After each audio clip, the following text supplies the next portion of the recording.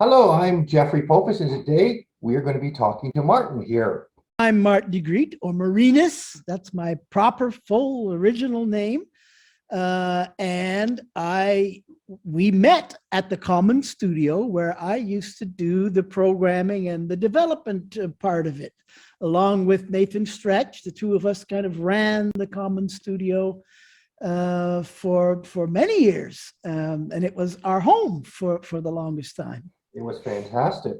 And how did COVID affect it when COVID started? It destroyed it completely, at least the part that my role in it, right? The Common Studio still exists.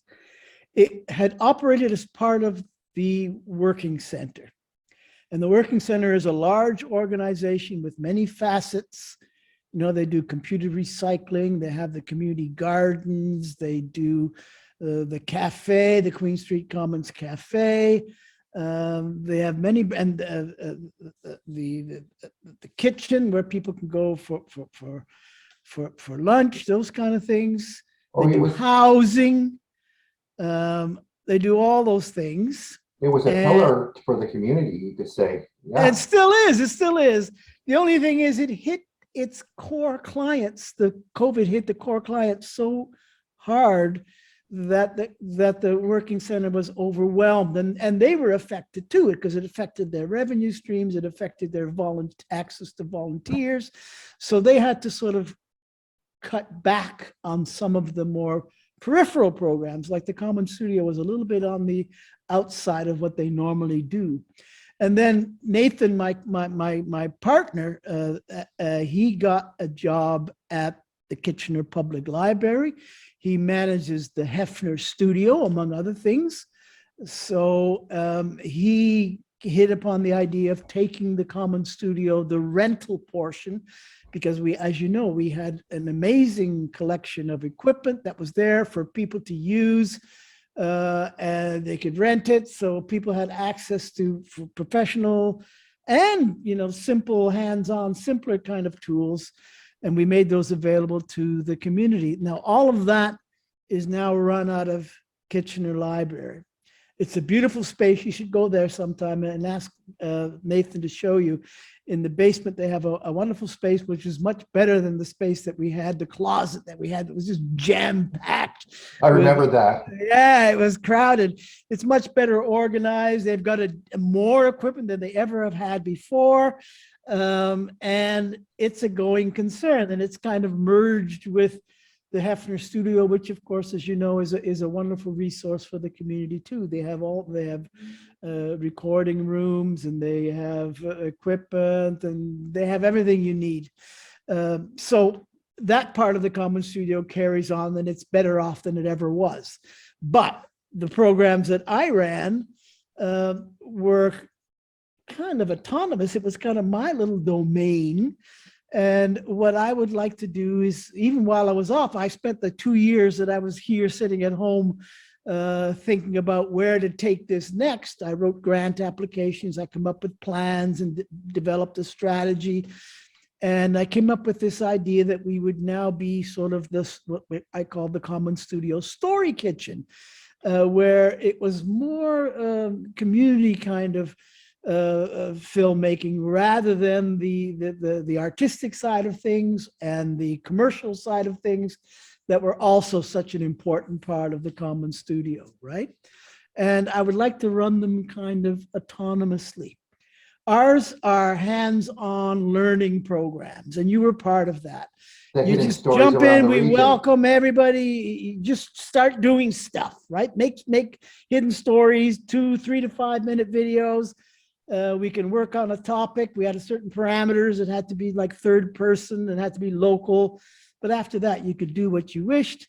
And you figured out what you needed to know as you went along, drawing on whatever you could find online, because there's so much instruction available, and also drawing on the resources of the Common Studio. You could come in and there'd be somebody there who could help. That's how we operated.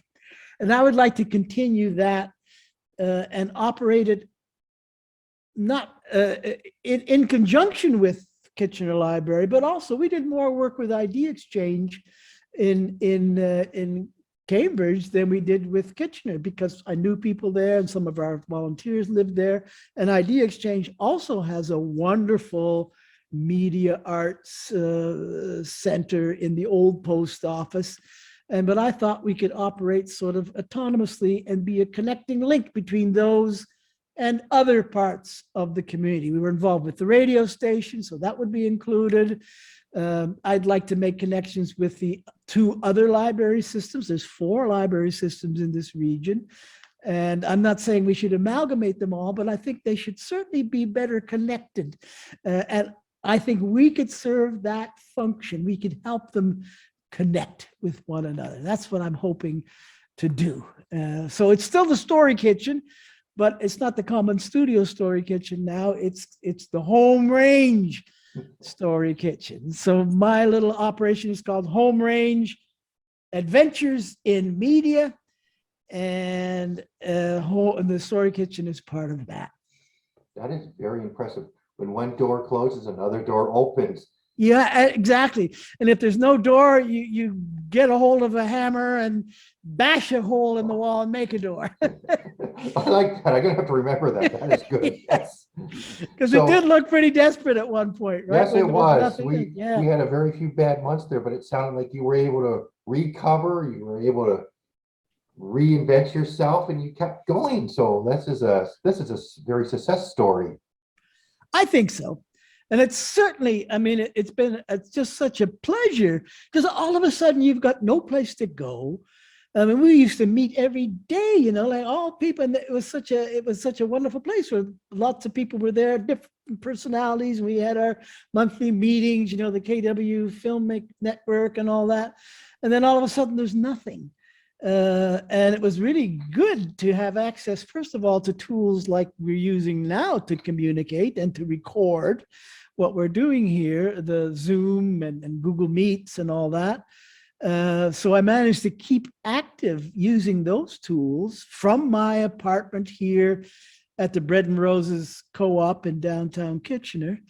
And it's kept me, it was like a godsend having these things to do, right? The radio program every week. We ran a radio program. At first, we had a group of people from the studio and students, etc. But eventually, they were no longer around, so I had to end up doing it all by myself. But it was such a pleasurable thing to be working on, to have to do this every week and talk to people and call people up, and that it's just so great. It's always fun having other people to work on stuff, and it is. It's such a wonderful field to be in. It really is, when your job is to find stories, to help people tell their stories, to share skills and to try things and experiment, to inform people and to entertain people. And that's part of what the Home Range is all about, right? I'd like to share that and have as many people involved as want to be, right? Because there's room for everybody. There's lots of roles you can play in this field. Oh, yes. Why, thank you very much for sharing all that with us. That was amazing.